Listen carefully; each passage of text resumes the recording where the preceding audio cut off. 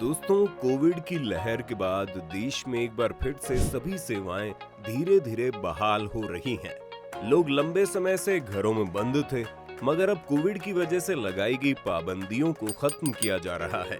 दुनिया भर में यात्रा को फिर से बहाल करने के लिए कवायद शुरू हो चुकी है। अगर आप भी घूमने के शौकीन हैं और छुट्टियों की प्लानिंग कर रहे हैं, लेकिन वीजा की वजह से परेशान हैं, तो बस अब नहीं। अगर आप भारत के नागरिक हैं तो आप दुनिया के कई देश बिना वीजा के घूम सकते हैं। जी आपने सही सुना, बिना वीजा लिए आप आराम से घूम सकते हैं। बस आपको जरूरत पड़ेगी तो आपके पासपोर्ट की। तो वो कौन से देश हैं, आज हम आपको बताएंगे। साथ ही ये भी बताएंगे कि भारतीय पासपोर्ट की ताकत क्या है। लेकिन इससे पहले अगर आप चैनल पर नए हैं या आपने अभी तक चैनल को सब्सक्राइब नहीं किया तो इसे सब्सक्राइब जरूर कर लीजिए। तो चलिए शुरू करते हैं। दोस्तों, आप कौन कौन से देश घूम सकते हैं वो तो हम आपको बताएंगे, पर पहले आपको वो चीज बताते हैं जिससे आपको आपके भारतीय होने पर गर्व महसूस होगा, और ये है आपके भारतीय पासपोर्ट की ताकत। किसी भी देश के पासपोर्ट की ताकत इस बात पर आधारित होती है कि उस देश के पासपोर्ट से कितने देशों में बिना वीजा के यात्रा की जा सकती है। हेनले पासपोर्ट इंडेक्स में भारतीय पासपोर्ट 7 पायदान चढ़कर 83वें स्थान पर पहुंच गया है। सिंगापुर और जापान संयुक्त रूप से इस रैंकिंग में पहले नंबर पर है। रैंकिंग में सुधार होने से भारतीय पासपोर्ट धारक अब 59 देशों में बिना वीजा लिए यात्रा कर सकते हैं। रैंकिंग में पाकिस्तान की हालत सोमालिया और यमन से भी खस्ता है। तो चलिए अब आपको 59 में से वो देश बताते हैं जहां आप अपनी छुट्टियां बड़े आराम से बिता सकते हैं। मकाऊ। दक्षिण चीन के पास स्थित एक छोटे से देश मकाऊ की यात्रा के लिए भारतीयों को वीजा की जरूरत नहीं होती, और ये जगह भारतीय पर्यटकों के बीच बड़ी मशहूर है।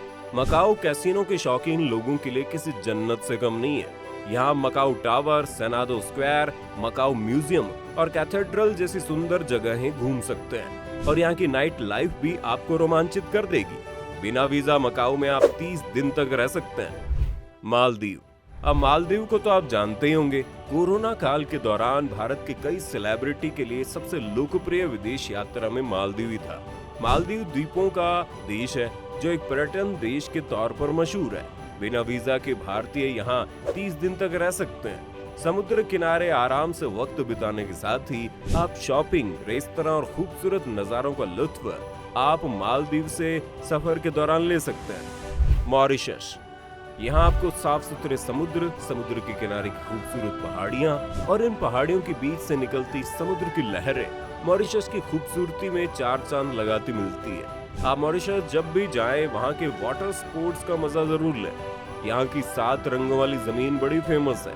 कुछ एडवेंचरस करने के लिए वहाँ की लोकप्रिय जगह जैसे कैम्बूस और आइलॉक्स सर्फ या ट्रू ऑक्स आइलैंड जाना न भूलें।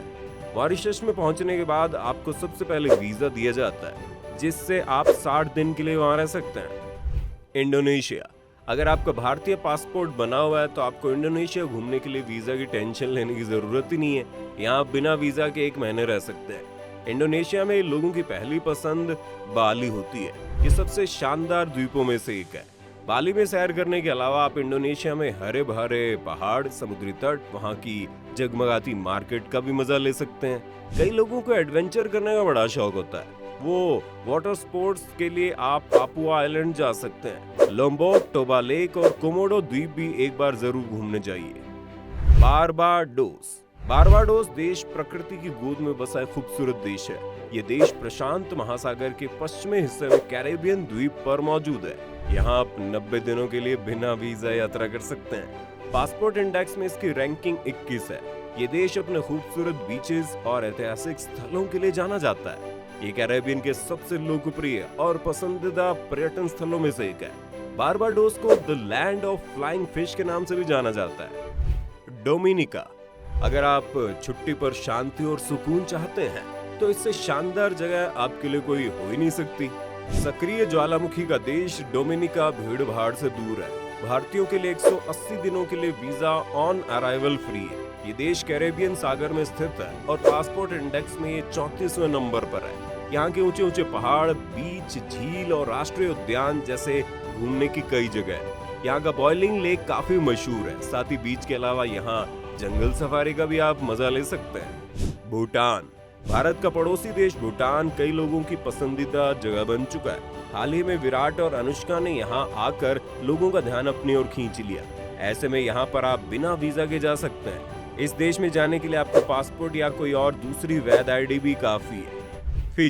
फिजी में फिजियन हिंदी बोलने वालों की तादाद बहुत ज्यादा है। यहाँ आपको भारतीय मूल के लोग काफी दिख जाएंगे और यही वजह है कि ये जगह भारतीय पर्यटकों को बड़ा पसंद आती है।